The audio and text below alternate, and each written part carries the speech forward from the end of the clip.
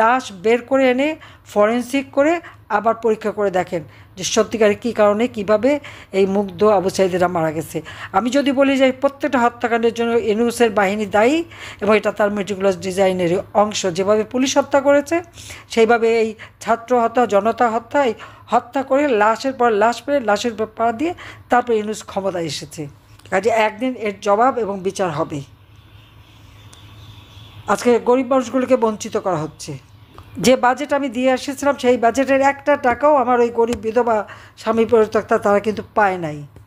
এখন আবার নতুন বাজেট করে সব নাকি দেবে। ওই ওই বলে না যে কাজীর গরু খাদায় আছে গোয়ালে নাই, ওই দেবে বলে টাকা রাখবে, সে টাকা তারা মেরে খাবে, গরিবের কাছে পৌঁছাবে কিনা সন্দেহ। যাই হোক, আমি এটুকু বলতে চাই যে এই দুর্বৃত্তপরায়ণতা থেকে দেশকে রক্ষা করতে হবে। তার জন্য অনেক হয়ে গেছে। আওয়ামী লীগের নেতাকর্মীদের যেভাবে অত্যাচার